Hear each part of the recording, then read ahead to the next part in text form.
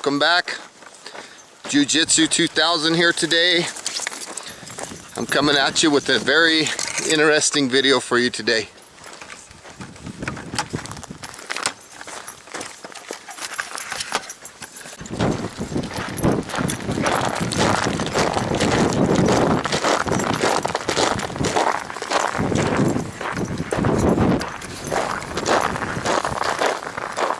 Right now I'm heading for those cottonwood trees.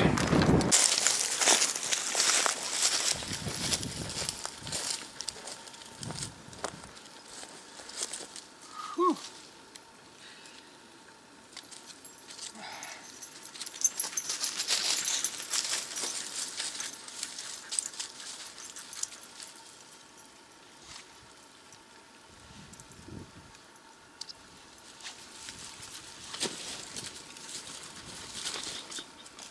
Come here, guys. Come over here. Come here. Hey, where you going, little black dog? Hey, come here.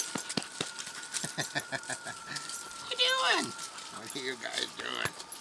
You guys good? Oh, sorry. I want to take a brief moment of your time and I want to talk about fire. Okay? I feel that if you watch this video, at the end of this video, you will find that your effectiveness in knowledge and understanding and probably ability to maintain a fire will be greatly enhanced. So please stay with me. I want to talk to you about what I refer to as the fire diamond. Now, the fire diamond consists of two fire triangles. The first fire triangle is the triangle that's necessary to build or start a fire. The second fire triangle is the one that's necessary to maintain that fire. I'm going to talk about that and explain those in a little further detail here in a second. Stay with me. Let me take a brief moment with you and talk about the first triangle of fire. Again, this triangle of fire is for establishing a fire, for building a fire, for starting a fire. Okay, and it starts with the first thing, tinder.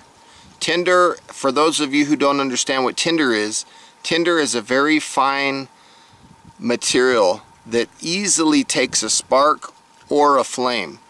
Tinder could be anything from ruffled up juniper bark, cottonwood bark, it could be dry grass, things like that, but very, very fine, very small, lot of airflow type of material. Cotton balls makes good tinder. Dryer lint makes good tinder. Even old dry cattle dung makes good tinder. Things like that, okay? Your second level, or your second side of the first triangle, would be your kindling. Kindling would be something the size in diameter of a toothpick all the way up to a pencil. Smaller, and it's going by graduations. Smaller kindling gets put on top of the tinder because the tinder ignites with your match or your spark, and now you have a small flame, very weak flame, so you put your small kindling on there, and then as that flame grows and gets a little bit stronger, you would put medium-sized kindling and then larger size kindling on top. Now again, kindling, in my opinion, doesn't go beyond the diameter of a pencil. And that leads us to our third element of the first triangle, and that's our fuel.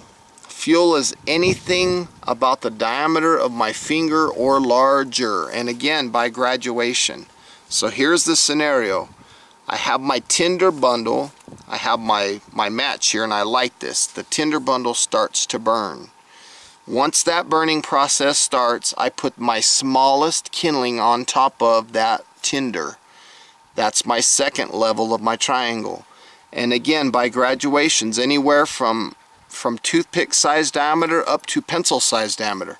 Now this flame starts to grow. The kindling, or excuse me, the tinder kind of fades away, and now we're lit on kindling alone.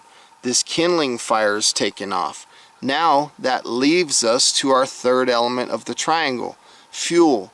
once the kindling, pencil-sized kindling, once we work up to that, and that stuff starts to grow and we start to get a good fire, then we put our small fuel, about the size of my finger, and we put that on top of our large kindling.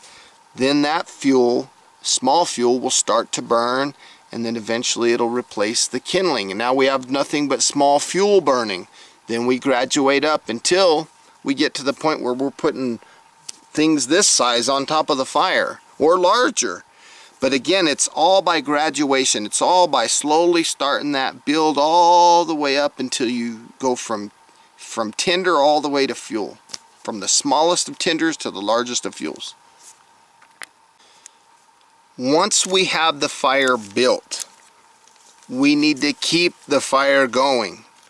If we're in cold temperatures where there's snow on the ground, we need to really make sure that that fire has heat. Heat, plenty of it.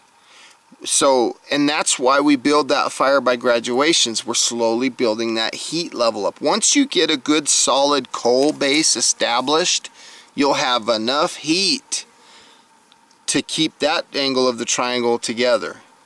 The second thing that we need is oxygen. If we're smothering a lot of stuff on our fire, we're going to be depriving the fire of oxygen. So when we put our fuel on our fire, we don't want to put too much fuel on the fire. Otherwise, again, not to reiterate, but if we do that, then what will happen is we're going to be smothering that fire, taking the oxygen away, and eventually putting out the fire. So we need to have airflow still, but fuel. That's our third item. 3 items: heat, oxygen, and fuel. We keep supplying the fuel, which would be in our case the wood. We keep putting that fuel on the fire, it's going to continue to burn. Around me, the place that I'm at right now, there's plenty of fuel around. There's all kinds, even down here by my feet, there's some fuel. Again, it's about the size of my finger or larger. It's good stuff and it's plentiful around here. Now, you're running out of fuel, you don't have any wood to put on the fire's going to go out. That's simple. If you take any of those 3 elements of that second triangle away, that fire goes out. If you take the oxygen away by smothering it, if you, for example, you put dirt on it, you cover that fire with dirt, what'll happen? The fire will go out. Why does the fire go out? Because the dirt deprived the fire of the oxygen. Now let's say you got that fire and you throw a big bucket of water on it. What happened? 2 things happened. You've cooled it, you've taken the heat away, and you've smothered it with the water, taking the oxygen away. So anytime you break one of those 3 angles off of that triangle, the fire goes out. Now I want to show you a very primitive picture that I've drawn on the back of a receipt showing the 2 triangles that I talked about. Again, the first triangle is the one to start the fire, and the second one is the triangle to maintain the fire. If you look here, let me find a stick here, you can see that we start with tinder, then we graduate up to kindling, and then we go up to fuel. Now let me flip this over, we'll go to the second triangle. We have heat, oxygen, and fuel. Again, if you take any one of these 3 away, there's nothing to sustain that fire. Now, let's add these 2 triangles together and make a fire diamond. You're probably thinking, what? Now, before I show you the picture of the diamond, I want to talk to you about something. These 2 triangles, the one to start the fire and the one to maintain the fire, they have a connection. They have a common denominator between the 2 of them. Can you remember what that common denominator was? It was fuel. So right here, again, I apologize for my primitive diagrams. Right here is fuel. This fuel is the element that connects the first triangle right here, tinder, kindling, and fuel, that's the first triangle, to the second triangle of fuel, heat, and oxygen. So fuel is the common denominator. That's the most important element of this diamond, is fuel.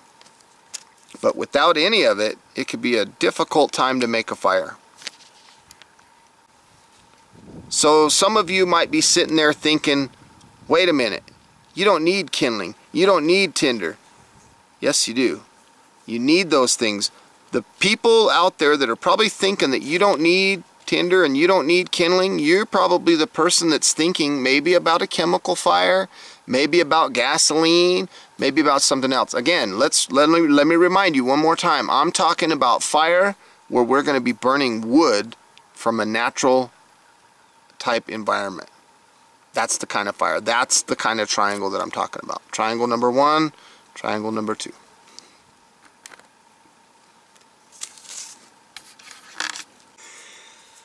Well, everybody, I want to say thank you for joining me today on this video about the fire diamond.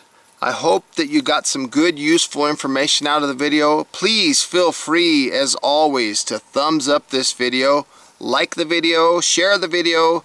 Please go check out my Facebook page, and if you like the content that you see on my channel, please subscribe. I'd love to have you. And until next time, have a beautiful day. Bye-bye now.